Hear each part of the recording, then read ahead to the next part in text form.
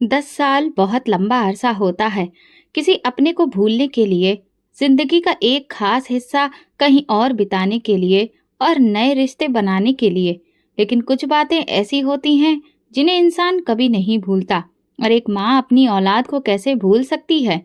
वो औलाद जो मुझसे 10 साल पहले बिछड़ गई थी, आज मैं उसे वापस पाने की ख्वाहिश लिए एक खंडहर नुमा घर की तरफ बढ़ रही थी। उस खंडर जैसे घर में तो शायद कोई पक्षी भी ना रहता हो, तो फिर मुझे मेरी इतनी बड़ी दिल की ख्वाहिश कैसे मिल सकती थी? दिल ही दिल में भगवान से बातें करती जा रही थी। बस तुझसे ही ये प्रार्थना है, तेरे ही सामने हाथ फैलाए हैं, अब तू ही मेरी मदद कर। कोई चमत्कार तुझे ही दिखाना है। और मुझे यकीन था कि मेरा भगवान मेरी मदद करेगा। अगर मैं किसी को ये सारी बातें बताती तो वो यही कहता, तुम तो पागल हो। लेकिन हाँ, मोहब्बत और भरोसे वाले लोग पागल ही होते हैं। किसी से मोहब्बत करनी हो या भरोसा, पागलपन के बिना हो ही नहीं सकता।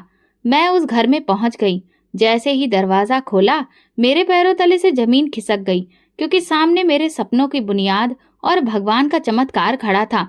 क्योंकि सामने ही मेरा नाम आंचल है और मेरी शादी कम उम्र में हो गई थी। मुझे इस बात का कोई अफसोस नहीं था। मैंने कभी ये नहीं सोचा था कि मेरी जिंदगी में कुछ ऐसा हुआ है जो नहीं होना चाहिए था। मेरी शादी बिल्कुल सामान्य हालातों में हुई थी, ना कोई जबरदस्ती, ना कोई मजबूरी। दिल से खुश थी कि मेरी जिंदगी का एक नया सफर शुरू हो रहा है। जिस इंसान से मेरी शादी हुई, उसका नाम दिलीप था। सुनने में आया था कि वो बहुत गुस्से वाला आदमी है। जब मेरी शादी हुई और मैं विदा होकर दिलीप के घर आई, तो सबने मुझे तरह तरह की बातें सुनाई। किसी ने कहा कि वो बहुत सख्त और न्यायप्रिय है। किसी ने कहा कि वो कभी किसी की गलती बर्दाश्त नहीं करता। किसी ने कहा कि उसकी नज़र में सही और गलत का बहुत महत्व है। अगर कोई गलती कर बैठे तो उससे बड़ा जालिम कोई नहीं होगा। मैंने ये सब सुना, लेकिन दिल में कोई डर नहीं था। पहली रात उसने मुझसे सीधा साफ कहा, अगर गलती करोगी तो मुझसे बुरा कोई नहीं होगा, लेकिन अगर अच्छे से रहोगी तो तुम्हें दिल की और इस घर की रानी बनाकर रखूंगा। उस वक्त मैंने सोचा, ये तो आम सी बात है। जैसे हर घर के अपने कुछ नियम होते हैं, वैसे ही शायद उसके भी होंगे। और सच में ऐसा ही था। अगर मैं अच्छे से रहती तो वो मेरा बहुत ख्याल रखता था, मेरी हर छोटी बड़ी ज़रूरत का ध्यान रखता, मुझे इज्जत देता, मेरी पसंद नापसंद को महत्व देता था। अगर कभी कोई गलती होती तो वो बस इतना ही कहता, ये गलत हुआ है, अगली बार ध्यान रखना। हाँ, कभी कभी डांट भी देता था, लेकिन वो डांट किसी दुश्मनी या बदतमीजी सी नहीं होती थी, बल्कि उसके लहजे में भी एक अजीब सा ख्याल रखने वाला एहसास होता था। लेकिन लोग उसे जालिम कहते थे और मुझे ये सुनकर हैरत होती थी। जो इंसान मेरा पति है, मेरे साथ रहता है, मेरी हर जरूरत पूरी करता है, क्या मैं ही उसकी असली शख्सियत नहीं समझ पाई? और बाहर के लोग उसे ऐसा क्यों समझते हैं? वो एक बड़ा भाई भी था, परिवार के सारे मामलों को संभालता था, घर की जिम्मेदारियां उसके कंधों पर थीं। वो फैसले लेता था और उसके फैसले सबके लिए आखिरी होते थे। शायद इसी वजह से सबको लगता था कि वो सख्त है। इसी बीच दिलीप की नौकरी विदेश में लग गई। सब लोग बहुत खुश थे। वो मुझे भी अपने साथ ले जाने वाला था। सब कुछ अच्छा चल रहा था, लेकिन तभी पता चला कि मैं माँ बनने वाली हूँ और मुझ पर फिलहाल सफर करने की मनाही थी। उसने कहा, कोई बात नहीं, जब हमारा बच्चा इस दुनिया में आ जाएगा तब साथ चलना। इस बात ने मुझे और ज्यादा खुश कर दिया था कि वो मेरी और हमारे होने वाले बच्चे की सेहत को सबसे ऊपर रखता है। सब लोग मेरी किस्मत से जल रहे थे, कह रहे थे, एक तो अच्छा भला पति मिल गया जो मर्दों में मर्द है, और फिर बच्चा भी होने वाला है, अब तो विदेश भी जाना है। मुझे लग रहा था कि मेरी जिंदगी पूरी हो रही है। एक मोहब्बत करने वाला पति, इतनी सारी खुशियां और एक बेहतरीन भविष्य। मेरे पति के परिवार में ज्यादा लोग नहीं थे, सिर्फ मेरी सास और हमारा आने वाला बच्चा। हमारे अलावा मेरा एक देवर और ससुर पहले ही विदेश में काम करते थे। वहीं उनका जीवन था, रोजगार था, और वहीं उन्होंने अपनी दुनिया बसा ली थी। इन्हीं लोगों ने मेरे पति के लिए भी वहां नौकरी का इंतजाम किया था और उसके भविष्य की जिम्मेदारी उठाई थी। दिलीप के लिए ये एक सुनहरा मौका था, एक नई जिंदगी की ओर कदम। ये लोग खुद को बहुत ऊंचे स्टैंडर्ड्स वाला समझते थे।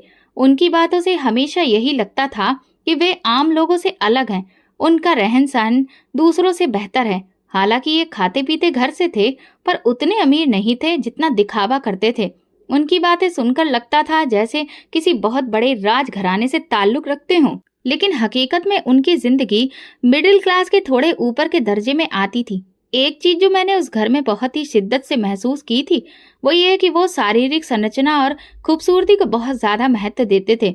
बॉडी शेमिंग करना तो उस परिवार में जैसे सभी की आदत थी। अगर किसी की रंगत सांवली थी तो वो उनके मजाक का निशान बनता था। अगर कोई मोटा था तो उसे तानों भरे जुमले सुनने पड़ते थे।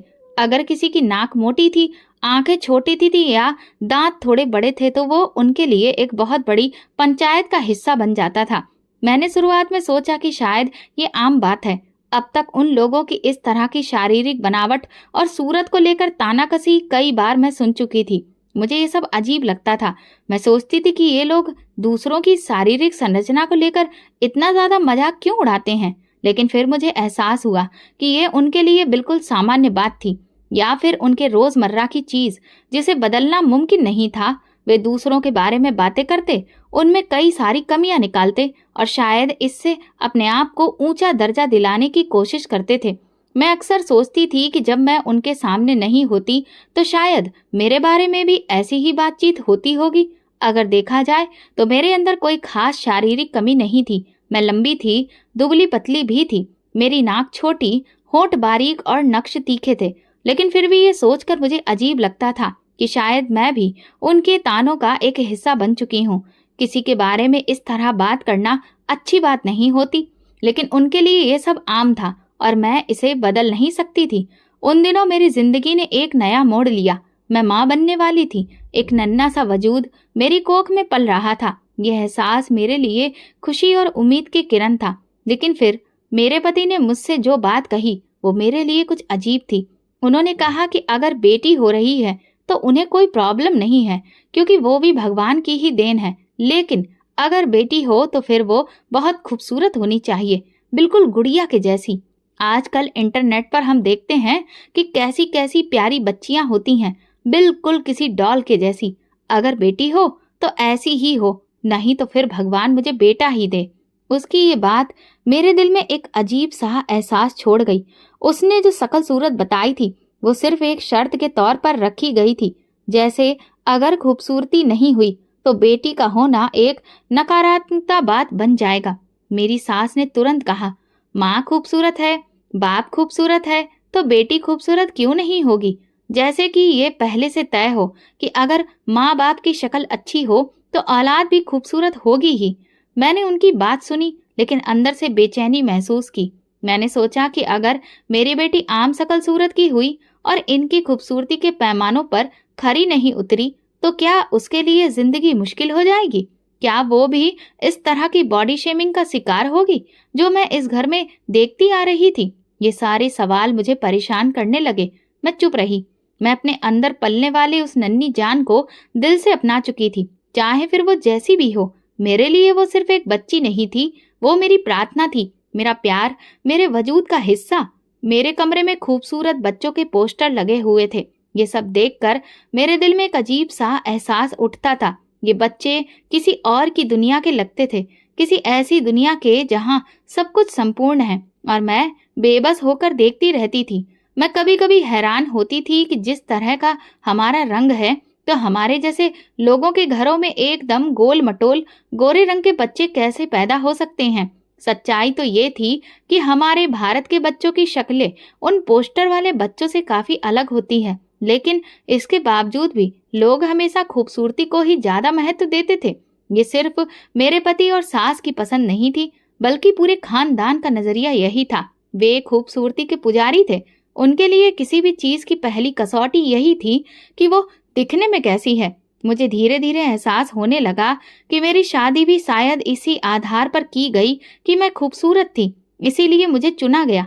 मेरी तारीफें होती थी, मेरी शक्ल सूरत की बार बार बात की जाती थी और मुझे ऐसे पेश किया जाता था जैसे मैं कोई चीज हूँ जो उनकी शर्तों पर पूरी उतरी हूँ। जब भी हम किसी फंक्शन में जाते तो मुझे हमेशा सबसे खूबसूरत कपड़े पहनने के लिए कहा जाता। मेरे पति और सास को ये पसंद नहीं था कि मैं आम से कपड़े पहनूं। वे मुझे खास तौर पर तैयार करवाते, मेरे लिए महंगे सूट, साड़ियाँ लाते, मुझे ब्यूटी पार्लर भेजते ताकि मैं सबसे खूबसूरत दिखूं। जब मैं महफिल में जाती तो लोग मुझे ही देखते और उन्हें यही सबसे ज्यादा पसंद आता। हमने इसे चुना है, जैसे कि कोई ऐसी चीज हूँ जिस पर उन्हें दूसरों के सामने गर्व महसूस हो। शुरुआत में मुझे ये सब अच्छा लगता था। कौन सी लड़की ऐसी तारीफें सुनकर भला खुश नहीं होती?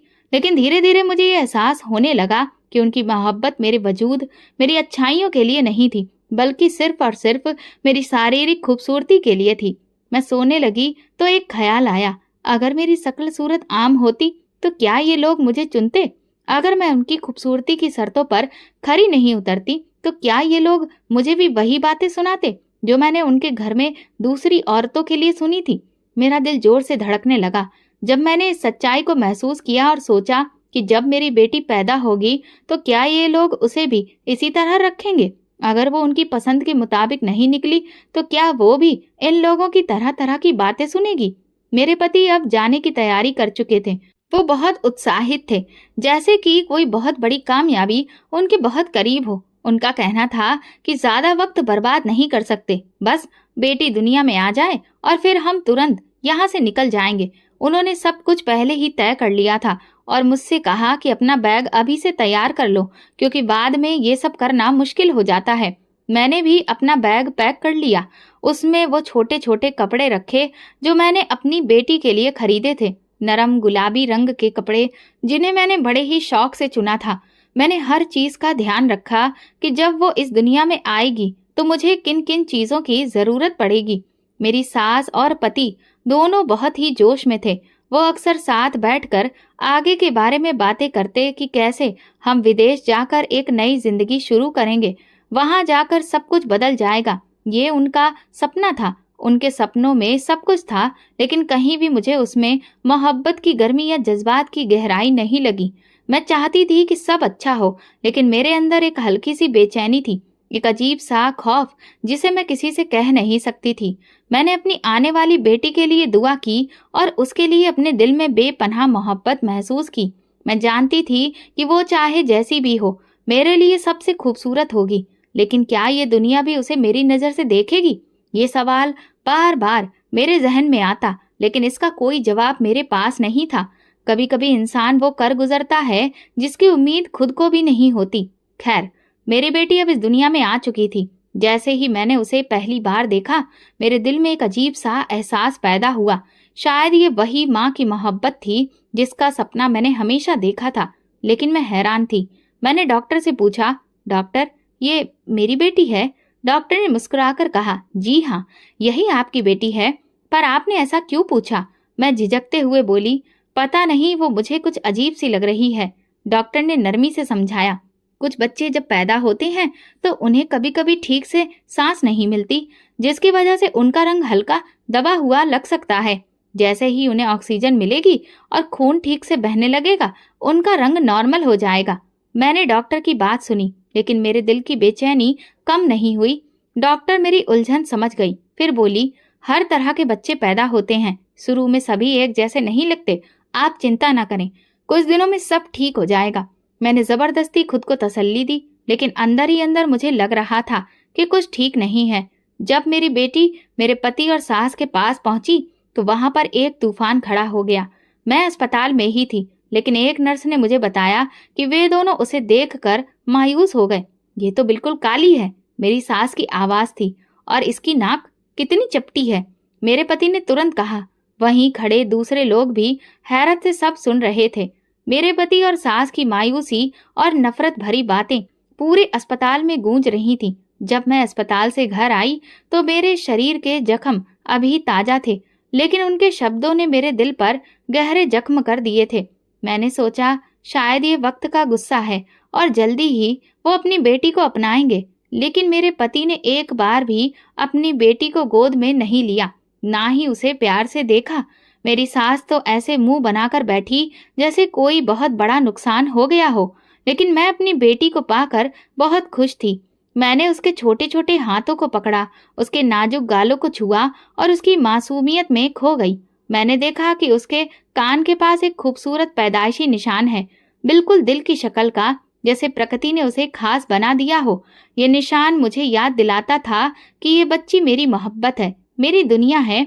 मैंने अब तक उसका नाम नहीं रखा था, लेकिन मैं रोज उसका चेहरा देखकर सोचती, उसका नाम क्या होना चाहिए। वो मेरे लिए सबसे खूबसूरत थी, चाहे कोई कुछ भी कहे। एक दिन अचानक मेरे पति ने कहा कि हमें एक दावत में जाना है। मैं हैरान हुई कि इतनी जल्दी बाहर जाना कैसे मुमकिन होगा, लेकिन फिर मैंने ज्यादा सवाल नहीं किए। वो मुझे खास तौर पर तैयार करवाने के लिए बाहर ले गया, जैसे कि हम किसी बहुत बड़े इवेंट में जा रहे हों। मैं अपनी बेटी को सास के पास छोड़कर चली गई। जब हम उस जगह पहुंचे तो वो कोई घर नहीं था, वो एयरपोर्ट था। मैं हैरानी से इधर उधर देखने लगी। मेरी सास पहले से ही वहां खड़ी थी। ये क्या हो रहा है? मैंने घबराकर पूछा। मेरी नजर तुरंत मेरी सास के हाथों की ओर गई, लेकिन मेरी बेटी वहां नहीं थी। मेरा दिल एकदम से धड़कने लगा। मेरी बेटी कहाँ है? मैंने चारों ओर देखना शुरू किया। चलो, फ्लाइट लेट हो रही है। मेरे पति ने मेरा हाथ पकड़ा और मुझे तेजी से आगे ले जाने लगे। पर मेरी बेटी कहाँ है? मैं रो पड़ी, लेकिन कोई जवाब नहीं दे रहा था। मुझे मेरी बेटी के पास ले चलो, मैंने चिल्लाकर कहा, लेकिन किसी ने मेरी एक ना सुनी। मेरे पति ने ठंडी आवाज में कहा, ऐसी बेटी को साथ ले जाएंगे तो वहां गोरे लोगों के शहर में लोग हम पर ही हंसेंगे। ये शब्द आज भी मेरे कानों में गूंजते हैं। मेरी सांस रुकने लगी और दुनिया अंधेरे में खो गई। उसे हमने यहीं छोड़ दिया है, उसकी किस्मत यही है। ये आखिरी शब्द थे जो मैंने सुने, और उसके बाद हर चीज धुंधली हो गई। मैंने चीखना चाहा, शोर मचाना चाहा, लेकिन मेरे अंदर से कोई आवाज नहीं निकली। और जब मेरी आंख खुली तो लगा जैसे कोई गहरा ख्वाब था, लेकिन हकीकत उस ख्वाब से भी ज्यादा भयानक थी। मैं अस्पताल के बिस्तर पर थी और मेरी सारी दुनिया बदल चुकी थी। ये मैं कहाँ हूँ? मैं कमजोर आवाज में बोली। एक नर्स ने आकर बताया कि आप इनिशियल कोमा में चली गई थी। आपकी जान की हालत बिगड़ गई थी। मुझे समझ नहीं आ रहा था कि ये सब कैसे हुआ। 10 दिन बीत चुके थे और मैं एक अजनबी शहर में थी। मेरी मासूम बेटी, जिसे मैंने अपनी जान से भी ज्यादा चाहा था, मुझसे छीन ली गई थी। मेरी चीख मेरे अंदर ही दब गई थी। मैं जिंदा तो थी, लेकिन अंदर से मर चुकी थी। जब मैं कुछ संभली तो सच्चाई किसी भयानक ख्वाब से भी ज्यादा खौफनाक थी, क्योंकि अब मैं एक विदेश में आ चुकी थी और दूसरों की मदद पर निर्भर थी। एक ऐसे शख्स के साथ कैद थी जिसे दुनिया जालिम कहती थी। आज मुझे उसकी असलियत पूरी तरह से समझ आ चुकी थी। वो सच में जालिम था। जो शख्स अपनी ही बेटी को उसकी माँ से अलग कर सकता है, वो किसी का भी नहीं हो सकता। जैसे ही मैं पूरी तरह से ठीक हुई, मैंने अपने पति से सवाल किया, तुम मेरी बेटी को छोड़कर कैसे आ सकते हो? वो तो अभी इतनी छोटी है। वो मेरे सवालों से बचने की कोशिश करता रहा, लेकिन मैं पीछे हटने वाली नहीं थी। आखिरकार उसने ठंडे लहजे में कहा, मैं इंतजाम करके आया हूँ। ये शब्द मेरे दिल में तीर की तरह चुभे। कौन सा इंतजाम? क्या एक माँ से उसकी औलाद छीन लेना इंतजाम कहलाता है? मैं जानना चाहती थी कि उसका असली मतलब क्या था। मैं बार बार पूछती रही, लेकिन वो गोल मोल जवाब देता रहा। जब मैंने फिर कहा, हमारी औलाद को छोड़कर क्यों आए हो, तो वो बड़ी ही बेरुखी से बोला, भगवान हमें और बच्चे दे देगा। जल्दी ही हम नई औलाद पैदा करेंगे। मैं हैरान रह गई। क्या औलाद कोई खिलौना है जो छोड़ा जा सकता है और फिर नया खरीद कर लाया जा सकता है? मेरी आंखों के सामने मेरी बेटी का चेहरा घूमने लगा। मैंने अपने पति से नफरत महसूस की, लेकिन मेरे पास अब कोई रास्ता नहीं था। दिन, हफ्ते और फिर महीने गुजरते गए, मगर मेरा बच्चा नहीं ठहरा। वो दिन ब दिन बेसब्र होता जा रहा था। पहले तो वो खुद को तसल्ली देता रहा, लेकिन जब कई महीनों तक कुछ नहीं हुआ तो वो मुझे डॉक्टर के पास ले गया। डॉक्टर ने कुछ टेस्ट किए। जब रिपोर्ट आई तो उन्होंने गंभीर लहजे में कहा, आपकी पत्नी अब कभी भी मां नहीं बन सकेगी। ये शब्द मेरे पति पर बिजली बनकर गिरे। ये कैसे हो सकता है? उसने हैरान होकर कहा, ये तो एक बच्चे को जन्म दे चुकी है। डॉक्टर ने कहा, हाँ, कई बार ऐसा होता है कि एक औरत मां बनने के बाद किसी शारीरिक या हार्मोनल गड़बड़ी की वजह से दोबारा प्रेग्नेंट नहीं हो सकती। आप जितना मर्जी इलाज करवा लें, भगवान का यही फैसला है जो बदला नहीं जा सकता। मेरा पति सन्न रह गया। जो नई औलाद के सपने देख रहा था, उसके सारे सपने बिखर गए। लेकिन मैं उस लम्हे में भगवान के इंसाफ को महसूस कर रही थी। जिसने अपनी बेटी को खुद से अलग किया था, उसे भगवान ने दोबारा बाप बनने का हक नहीं दिया। मेरा पति तुरंत ही इलाज के कई तरीके ढूंढने लगा। वो एक के बाद एक डॉक्टर्स के पास जाता, लेकिन जल्दी ही उसकी उम्मीद मायूसी में बदल गई। अब मैं उसके अंदर बेचैनी और गुस्सा देखने लगी थी। पहले वो मेरा ख्याल रखने की कोशिश करता था, लेकिन अब उसकी नजरें बदलने लगी थी। उसे एहसास हो चुका था कि अब वो दोबारा बाप नहीं बन सकेगा।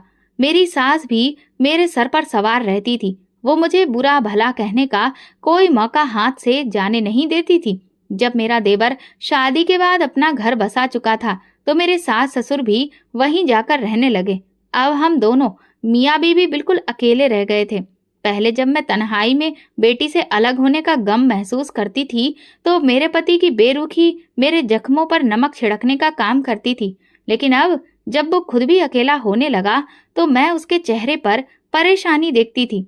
कभी कभी मैं उसे अपनी सोच में गुम देखती और महसूस करती कि वो अपने अतीत के किसी फैसले पर पछता रहा है। शायद वो महसूस करने लगा था कि भगवान ने उसे उसके गुनाह की सजा दी है। लेकिन मैंने सोचा, अगर गुनाह करने वाले सजा के बारे में इतना ही सोचें, तो गुनाह करें ही क्यों।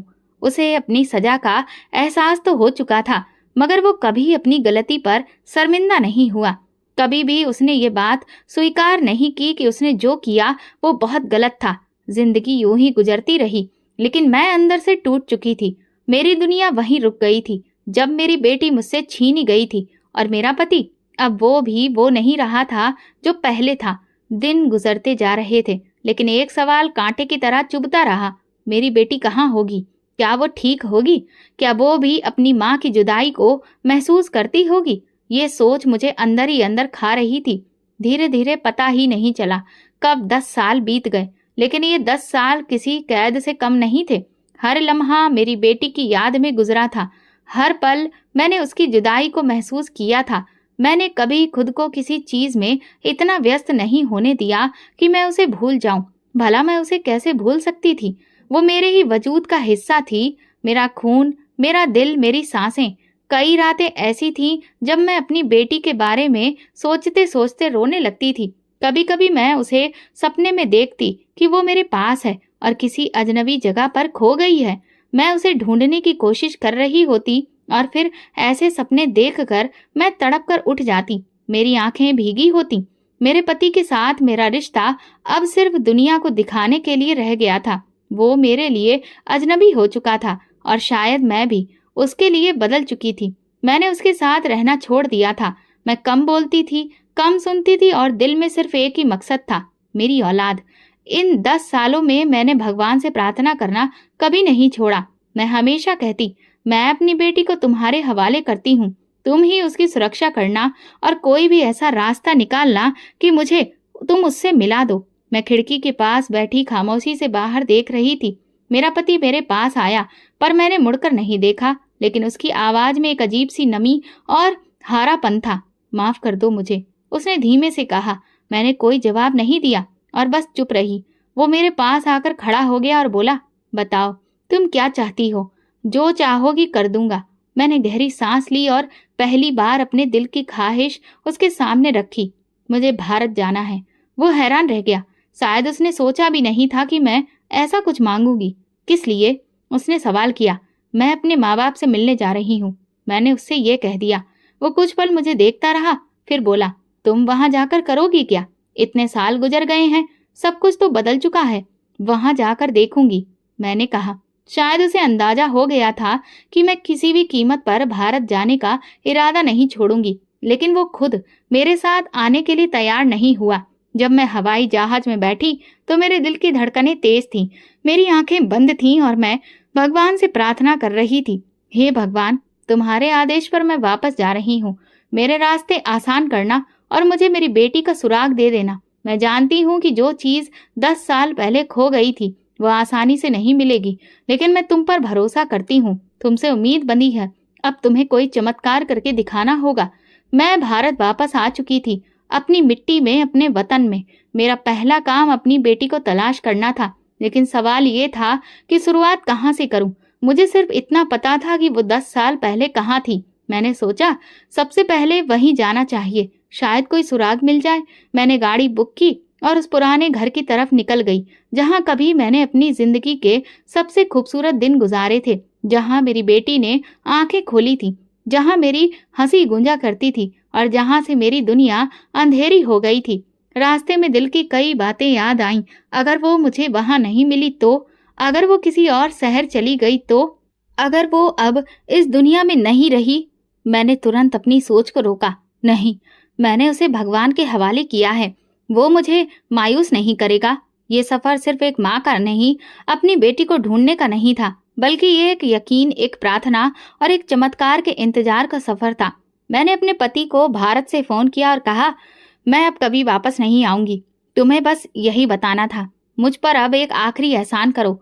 मुझे ये बताओ कि तुमने मेरी बेटी के साथ क्या किया था। आज 10 साल बाद उसने अपनी जुबान खोली और कहने लगा, मेरा एक दोस्त है जो मेरे ऑफिस में काम करता था। उसका नाम जतिन है। मैंने उसकी जिम्मेदारी उसे दी थी और कहा था कि घर जाकर वहां जो बच्ची है उसे अनाथ आश्रम में छोड़ आए। उसने कहा था कि वो वैसा ही करेगा। ये सुनकर मेरे पैरों तले से जमीन निकल गई। अपने ही बच्चे को अनाथालय भेजने का हुक्म दिया गया था। मेरे पति ने कहा, जो तुमने पूछा मैंने तुम्हें बता दिया, पर तुम ये क्यों कह रही हो कि वापस नहीं आओगी। मैंने कहा, अब मैं किस मुंह से वापस आऊंगी और तुम किस मुंह से रहोगे मेरे साथ। हमारा रिश्ता बस अब यहीं तक था। मैंने फोन बंद कर दिया। मुझे नहीं पता था कि मैं वाकई वापस जाऊंगी या नहीं, लेकिन उस वक्त मुझे उस आदमी जतिन पर सबसे ज्यादा गुस्सा आ रहा था। मैं फौरन जतिन से मिलने उसके घर चली गई। मेरे पति ने उसका पता और नंबर दोनों दे दिए थे। नंबर तो बंद आ रहा था, लेकिन मैं उसके घर पहुंच गई। अब पता नहीं आगे क्या होने वाला था।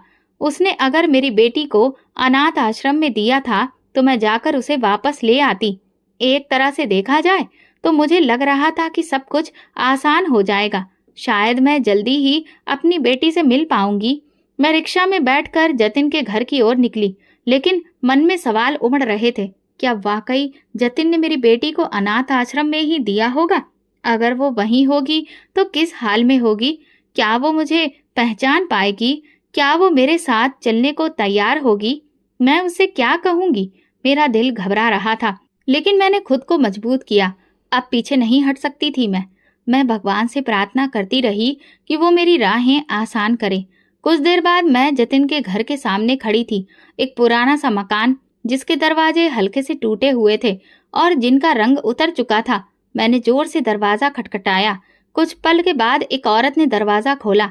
ठीक ठाक उम्र की औरत जिसकी आंखों में रौनक नहीं थी। आप कौन? किससे मिलना है? उसने पूछा। मुझे जतिन से मिलना है। मैंने कहा, वो घर पर नहीं है। आप कौन हैं? कब तक आएंगे? उसने जवाब दिया। मैंने कहा, मुझे बहुत जरूरी बात करनी है। क्या मैं अंदर आ सकती हूँ? वो कुछ पल हैरानी से मुझे देखती रही, लेकिन फिर पीछे हटकर रास्ता दे दिया। मैं अंदर दाखिल हो गई। घर बहुत सादा था। एक छोटा सा आंगन जहाँ एक चारपाई पड़ी थी। मैं उस पर बैठ गई और इंतजार करने लगी। मेरा दिल बेचैनी से धड़क रहा था। कुछ घंटे इस इंतजार में गुजर गए। आखिरकार दरवाजा खुला और एक आदमी अंदर आया, ठीक ठाक उम्र का, आम से कपड़े पहने हुए। उसने मुझे देखते ही उस औरत से आंखें मिलाई। आप कौन? उसने पूछा। मैं खड़ी हो गई। तुम जतिन हो? नहीं, उसने कहा। मैं जतिन नहीं हूँ, उसका बड़ा भाई हूँ। आपको क्या काम है? उसे बुलाओ, मुझे जरूरी बात करनी है। वो इस दुनिया में नहीं रहा, उसने कहा। क्या मतलब? ये क्या बात हुई? मैंने घबरा कर पूछा। हाँ, वो बोला, कुछ साल पहले एक हादसे का वो शिकार हो गया था। उसके बाद से वो इस दुनिया में नहीं है। कब हुआ ये सब? मैंने पूछा। जो तारीख उसने बताई वही तारीख थी जब हम लोग जहाज में बैठकर रवाना हुए थे। इसका मतलब मेरे पति ने जतिन को जो काम सौंपा था वो करने से पहले ही दुनिया से चला गया था और उसी दिन उसके साथ हादसा हो गया था। इसका मतलब मेरी बेटी तो घर में अकेली रह गई होगी, क्योंकि जतिन तो उसे अनाथालय तक पहुंचा ही नहीं पाया था। मेरा दिल टूट गया और मेरी उम्मीद भी। कहाँ तो मैं सोच रही थी कि मुझे अनाथ आश्रम का पता मिल जाएगा और मैं वहां चली जाऊंगी, लेकिन अब मेरे पास और कोई रास्ता नहीं था। ये खबर मेरे लिए मेरी औलाद की मौत की खबर के जैसी थी। मैंने सोचा मैं अपने घर को देख लेती हूँ। वहीं तो मैं अपने बच्चे को लेकर आई थी। मैंने तो उसका नाम भी नहीं रखा था। घर गई तो सामने का मंजर देखकर जमीन खिसक गई। मैं तेज कदमों से अंदर दाखिल हुई। घर तो वहीं था, मगर अब वो टूटी फूटी दीवारों से भर चुका था। छत पर भी जगह जगह से पानी टपक रहा था। एक तरफ की दीवार भी गिर चुकी थी और मलबे के ढेर में छुपकर कुछ चीजें पड़ी थी। ये मंजर देखकर मेरे दिल में घुटन महसूस होने लगी। किसी ने भी उसे घर का ख्याल ही नहीं रखा था और वो घर जो कभी मेरे लिए खुशियों का ठिकाना था, आज वो खंडर बन गया था। अब मैं अपने मन में बेटी की सुरक्षा के बारे में लगातार सोच रही थी। मैं बार बार भगवान से कह रही थी, प्लीज मेरी बेटी की हिफाजत करना। कहीं ऐसा तो नहीं कि भगवान ने मेरी बेटी को ना बचाया हो। क्या मेरी प्रार्थना बेअसर हो गई? यही सब सोचते हुए जब मैं दरवाजे के पास पहुंची तो सामने का मंजर मेरी आंखों के सामने आ गया। मेरे दिल की धड़कनें तेज हो गईं। एक छोटी सी लड़की जमीन पर बैठी खेल रही थी। उसकी उम्र तकरीबन 10 साल थी। उसकी शक्ल कुछ जानी पहचानी सी लग रही थी, मगर कुछ पक्का यकीन नहीं आ रहा था। जैसे ही मेरी नजर उसके चेहरे पर पड़ी, मैं सन्न रह गई। उसके कान के पास वही निशान था जो मेरी बेटी के कान के पास था। मेरे शरीर में सिहरन सी दौड़ गई और मैं फौरन उसकी तरफ दौड़ पड़ी। मेरे कदम अचानक तेज हो गए। उस बच्ची को गले लगाते हुए मेरी आंखों से बेबस आंसू बहने लगे। मेरी बेटी, मेरी बच्ची। मेरे सीने में दर्द उठने लगा। वो अचानक से मेरी आगोश में आकर बोली, माँ। लेकिन उसके आवाज में डर और शक था। वो डरी हुई लग रही थी। जैसे ही वो मुझे गले लगा रही थी, मुझे एहसास हो रहा था कि कुछ तो अलग है। तभी अचानक कोई आवाज आई, छोड़ो मेरी बेटी को। और तुम कौन हो? ये आवाज जानी पहचानी थी। मैंने पलट कर देखा तो मेरी आंखें फटी की फटी रह गईं। वो और कोई नहीं, मेरी सहेली निशा थी। मैं निशा को पहचान गई और मेरा दिल हिलकर रह गया। ये क्या माजरा था? मेरे और निशा के बीच एक पल के लिए खामोशी छा गई। मेरी बेटी मेरे साथ थी, मगर निशा की मौजूदगी ने एक नई मुश्किल खड़ी कर दी थी। मेरी बेटी ने निशा को देखा और तुरंत उसकी तरफ दौड़कर उसके गले लग गई। निशा ने कहा, तुम घर जाओ बेटा, मैं आती हूँ। उसके बाद वो टूटी हुई दीवार की दूसरी ओर घर की तरफ चल पड़ी। अब मैं और निशा आमने सामने खड़े थे, पर दोनों की आंखों में कई सवाल थे। निशा की आंखों में हैरानी और परेशानी झलक रही थी और मेरे दिल में कई सवाल उठ रहे थे। मैं हमेशा से जानती थी कि निशा की कोई औलाद नहीं थी, पर वो बच्ची के साथ थी और आज वो मेरी बेटी आरजू को अपने साथ में लेकर बैठी थी। उसने मेरी बेटी को इसी नाम से पुकारा था। मैं सब कुछ समझने की कोशिश कर रही थी। उसने कहा, हाँ, ये तुम्हारी ही बेटी है, लेकिन पहले तुम बताओ कि तुम उसे छोड़कर क्यों गई। ये सुनकर मैंने धीरे धीरे अपनी कहानी शुरू की। मैंने निशा को बताया कि किस तरह मेरा पति मुझे और मेरी बेटी को अलग करके ले गया और फिर किस तरह भगवान ने उसे उसके किए की सजा दी। निशा ने सारी कहानी सुनकर गहरी सांस ली और कहा, ये तो बहुत गलत हुआ। तुम्हें हर हाल में अपनी बेटी के साथ होना चाहिए था, मगर तुम्हारे पति ने जो किया वो बहुत बड़ा गुनाह था। उसके बाद निशा ने मुझे बताया कि वो मेरी बेटी आरजू को कैसे अपने पास ले आई थी। मुझे बच्चे के रोने की आवाज आई और मैं उस तरफ भागकर पहुंची। मैंने देखा वो छोटी बच्ची अकेली रो रही थी और जब तुम्हारा कोई पता ही नहीं चला तो मैं उसे गोद में उठाकर घर ले आई। तुम लोग कहाँ चले गए थे, मुझे कुछ समझ नहीं आया। फिर जब तुम्हारी कोई खबर नहीं मिली तो मैंने उसे अपना लिया। निशा की आवाज में उस वक्त अजीब सी खामोशी और गम था। मैं समझ गई कि उसने बहुत कुछ बर्दाश्त किया है। जब ये पक्का हो गया कि तुम लोग नहीं लौटोगे तो मैंने फैसला किया कि आरजू को मैं अपनी बेटी बना लूंगी और तब से वो मेरे साथ है। मैंने तुरंत पूछा, तुम्हारी जिंदगी कैसी गुजरी? निशा ने बताया कि उसका पति दूसरी शादी करके चला गया था और उसे तलाक दे दिया। मेरे पति ने मेरे बांझपन की वजह से मुझे छोड़ दिया। मैं खुद मेहनत मजदूरी करके अपने और अपनी बेटी की जिंदगी गुजारने की कोशिश करती रही। मेरे दिल में गम की लहर दौड़ गई। निशा ने आरजू को एक माँ की तरह पाला था और आरजू अब निशा को ही अपनी माँ समझती थी। उसकी बातों में एक सुकून था। निशा ने कहा, वो मुझे अपनी माँ समझती है। भला 10 साल की बच्ची को ये कैसे समझाया जाए कि वो असल में किसकी बेटी है? मैंने निशा से कहा, हमें आरजू को उसके बारे में कुछ नहीं बताना चाहिए। वो जो कुछ भी समझती है वही ठीक है। हम उसकी जिंदगी में अब कोई और मुश्किल नहीं लाएंगे। निशा ने सिर हिलाकर कहा, हाँ, मैं भी यही सोचती हूँ। हम इस बच्ची को उसके बचपन में खुश रखने की कोशिश करेंगे। फिर मैंने निशा से कहा कि मैं अपने पति के पास वापस नहीं जा रही हूँ और मैं आरजू के साथ निशा के साथ ही रहना चाहती हूँ। मेरे पास कुछ पैसे हैं और मैं उन पैसों को इन्वेस्ट करके एक छोटा सा कारोबार शुरू करना चाहती हूँ। मेरी आवाज में भरोसा था। हम सब मिलकर एक नई जिंदगी शुरू करेंगे। निशा ने मेरी बातों पर ध्यान दिया और फिर कहा, तुम्हारी बात मुझे ठीक लग रही है। मैं तुम्हें और आरजू को अपने साथ रखने का फैसला करती हूँ। मैं भी तुम्हें अपना कारोबार खड़ा करने में मदद करूंगी और अगर तुम्हें कभी जरूरत पड़ी तो मैं हमेशा तुम्हारे साथ हूँ। मेरे दिल में सुकून उतर आया। निशा ने ना सिर्फ मेरी बेटी को गोद लिया था, बल्कि मेरी जिंदगी को भी एक नया रास्ता दिखाया था।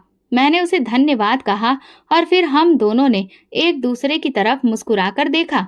एक नई जिंदगी की शुरुआत होने वाली थी और हम सब एक साथ उसकी ओर बढ़ रहे थे।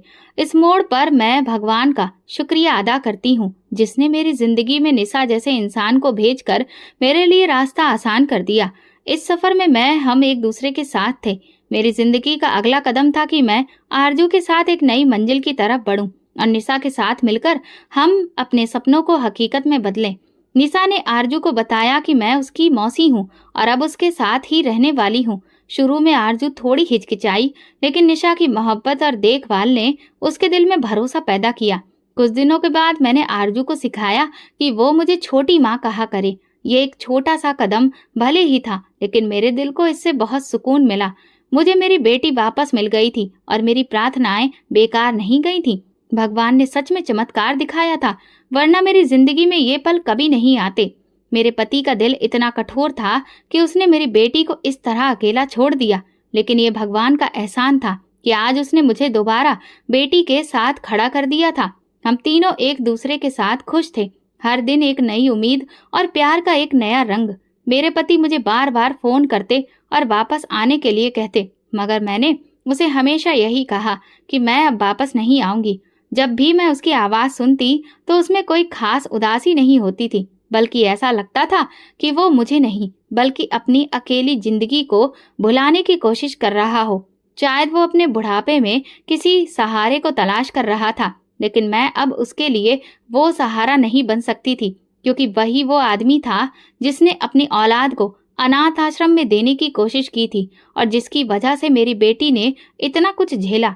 मैंने फैसला कर लिया था कि मैं ऐसे इंसान को सहारा नहीं दूंगी। मैंने उसे अपने दिल से निकाल दिया और अपनी बेटी के साथ खुश रहने लगी। मैंने निशा का भी बहुत बहुत धन्यवाद किया, जिसने मेरी बेटी की सुरक्षा की, उसे माँ का साया दिया जो कि मैं कभी नहीं दे सकती थी।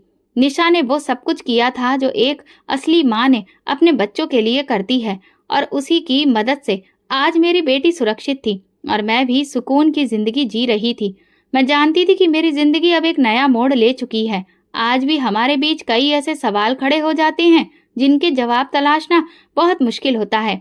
मैं सोचती हूँ कि क्यों आज भी लोग खूबसूरती और बदसूरती के पीछे इतने पागल हैं। हम बुनियादी सच्चाइयों को नजरअंदाज कर बाहरी दिखावे के पीछे भागते रहते हैं। भगवान ने हमें जो भी शक्ल सूरत या शारीरिक संरचना दी है, वो उनके दिए हुए तोहफे का एक खास हिस्सा है और यही हमारी जिंदगी की सच्चाई है। हमें इस पर शिकायत करने का कोई अधिकार नहीं है। क्या इतना काफी नहीं है कि वो हमें औलाद दे रहा है, लेकिन फिर भी हम सोचते हैं कि वो किस रंग की है, कैसी शक्ल की है, या क्या वो हमारे नाम को ऊंचा करेगी।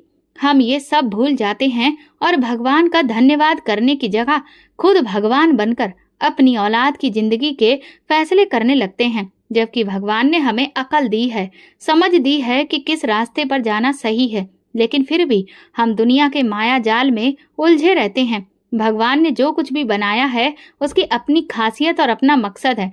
उससे नफरत करना भगवान से नफरत करने के बराबर है।